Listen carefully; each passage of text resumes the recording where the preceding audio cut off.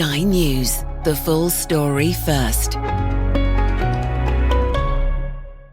Over 2025, every Friday, the Sky News Daily has been profiling a figure in the news, those who are making headlines, creating conversations.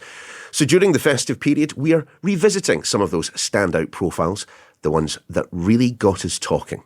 Back in July, the author of bestselling book The Salt Path was the main character in her own seismic plot twist. The book centred on Raynor Winn's life-affirming account of how her husband's illness and losing their money and home put them on a 630-mile coastal walk. But was it actually true? Since the initial bombshell that it wasn't all quite as described, there have been new accusations alleging Raynor Winn took money from relatives. And the Sky Documentaries team has followed the story too, in a new film that's out just in time for some festive viewing. You can make up your own mind on the real Salt Path. For now, here's our revisit to What's the Truth of the Salt Path?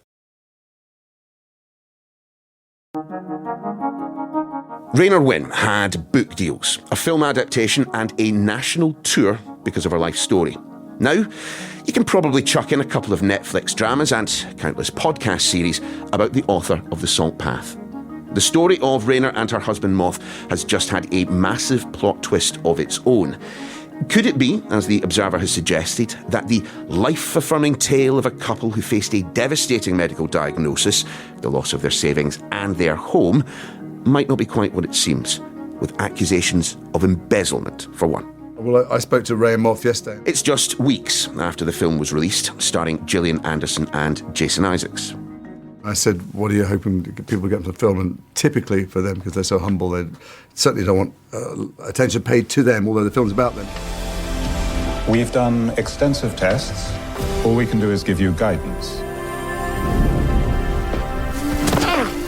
You should take me back to the shop and get a different one. Don't want a different one.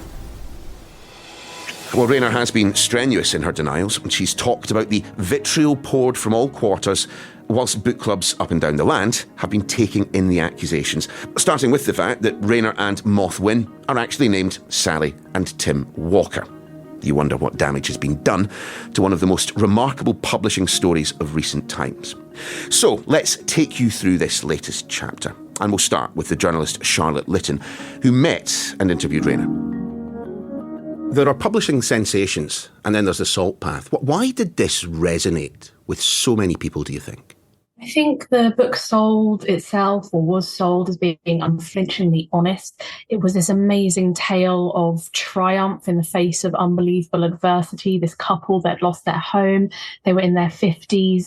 One member of the partnership had been dealing with a very severe neurodegenerative disease, and against the odds they went on this incredible walk. It was through Britain, it was the countryside, it was the coast, it was all of these kind of magical, natural, wholesome elements coming together that really seemed to speak to people and show them that strength in the face of adversity is possible, and you too can survive even the worst of times. Was it an overnight success, or was this one of those book club word-of-mouth sleeper hits that slowly took over?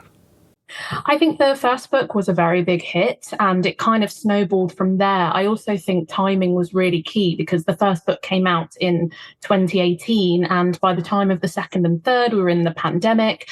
And I think those sorts of very natural books, which really relied on a human tale in this kind of amazing outdoor setting, really spoke to people. There are so many people who have moved to parts of the world that they traversed on their walk, and on their walks subsequent to the first book, they even say in the third book, Landlines, they talk about how on their subsequent walks, they would come across people who were talking about the Salt Path and talking about this couple, not realizing that they were in front of them. So really, its cultural impact just snowballed. They've sold 2 million books, or Raynor's sold 2 million books. It's a huge amount. You know, publishers and authors, they really don't sell that many. And to have sold that volume, to have a fourth coming out, to have this film made starring Gillian Anderson and Jason Isaacs, it's a big deal. It shows again that the spread of this story really was enormous. Tell me a bit more about the film, because it does feel like almost a media empire has emerged from that first book. Quite. And I mean, to have Gillian Anderson playing you, I'm sure is very flattering. It certainly is. And Jason Isaacs, to be fair. Quite. And Raynor Winn had said a couple of months ago, I believe, that she thought Gillian Anderson was too glamorous to play her. But that sort of speaks to the Hollywood quality of this tale, that no actor or actress was too glamorous, that no one was too big, that no box office was too big to broach. They were always going to make this story a success because it did just get to the hearts to so many people. I mean, Charlotte, you've met Raynor. What were your impressions of her at that point? When we met, she was very reserved, very quiet. I found that, that's fair enough. That's people's personality type. But I suppose when somebody had, by that point, written 3 memoir-style books, you're kind of hoping to really feel that raw emotion, that struggle that they've been through and their reflections on life now versus then. And that felt a little more challenging when we spoke. A lot of her anecdotes were taken from the books. I didn't feel I learned a huge amount more from her while we were together. And there was certainly a shyness or a unwillingness perhaps to really kind of go deep and perhaps reveal some of those very difficult topics, or more than we'd already seen in the books when we met. But unfortunately, you did not get the chance to meet her husband, Moth, about whom, of course, there are questions directly relating to his illness. Quite. And so originally the plan had been that I would go to the home that they were looking after. So a Salt Path fan had got in touch with them and said, could you look after my neglected cider farm? They were custodians there. So I was due to go there to meet them both. And obviously so much of the core of Winn's books is Moth and what's happening to him, the healing power of those walks. And of course, when someone's been given a terrible diagnosis and they seem to be surviving against the odds, you want to meet them. It's an incredible feat. But unfortunately, that then got rerouted to a third-party location. So she picked me up. We went for tea and cake, which was perfectly pleasant. But again, it felt like a little bit of a barrier that I wasn't getting that insight that I had hoped into both of their lives.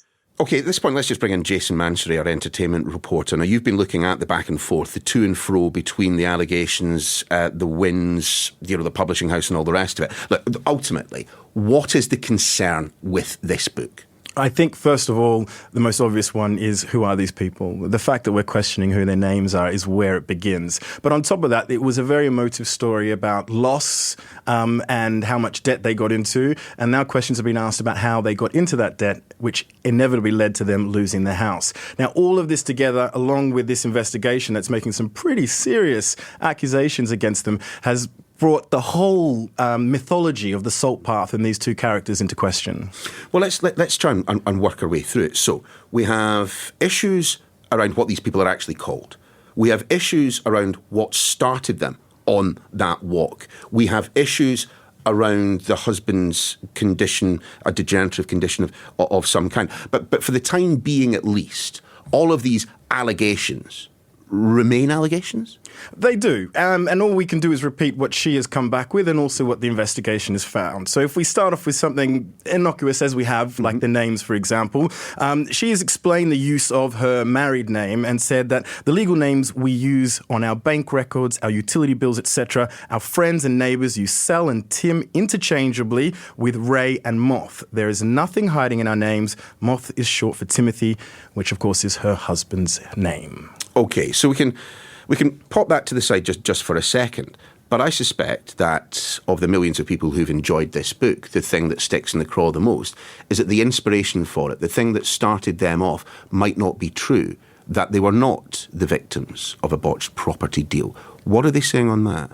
This is where it gets really, really interesting. I mean, the investigation itself is accusing them of embezzlement and saying that that is the reason they ended up in so much debt. In particular, that it was while she was an employee of Martin Hemmings, whose wife Ros Hemmings is in the investigation and quoted in there, that she stole money from them and had to pay that back. And that's the situation we get into. Now, when we go into the most recent reply, she replies, but she doesn't necessarily deny. I mean, you can make what you will of these statements itself. She says it was a time when mistakes were being made in the business. Any mistakes are made during the years in that office, I deeply regret, and I am truly sorry. Now, she's also admitted to being questioned by police, and also said that she admittedly reached a settlement with Mr. Martin Hemmings because she did not have the evidence required to support what happened, and the terms of the settlement were willingly agreed by both parties. Yeah, and in her statement, Raynor Winn said the case she wrote about in the book involving a friend she called Cooper was separate to what happened there. So let's go on to Moth's condition.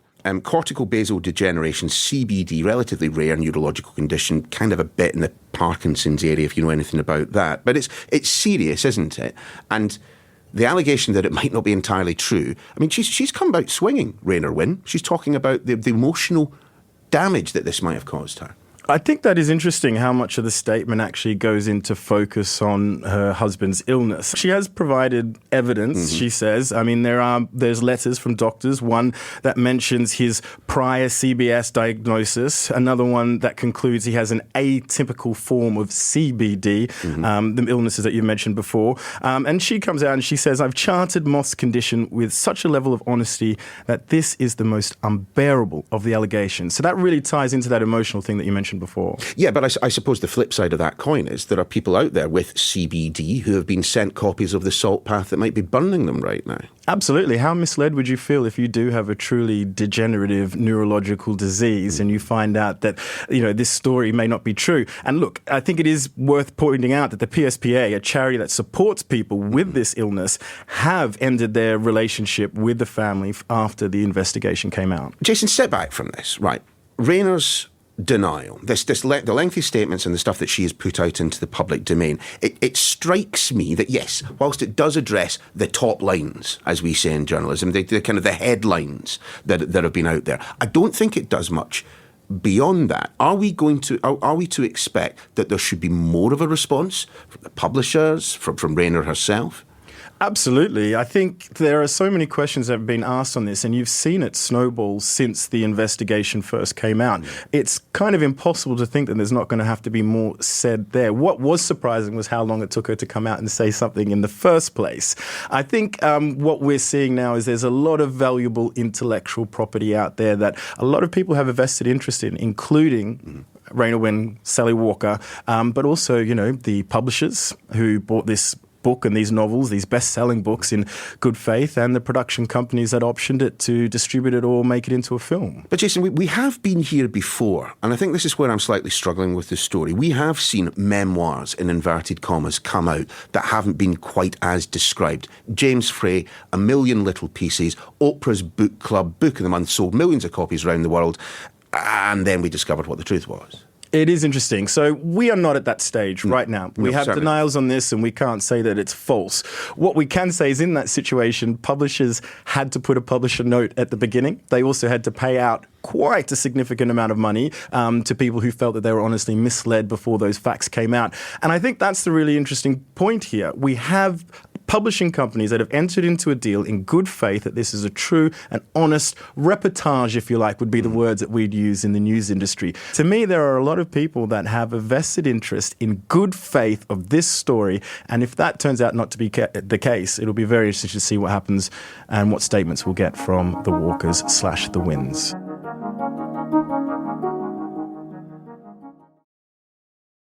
So let's go back to Charlotte.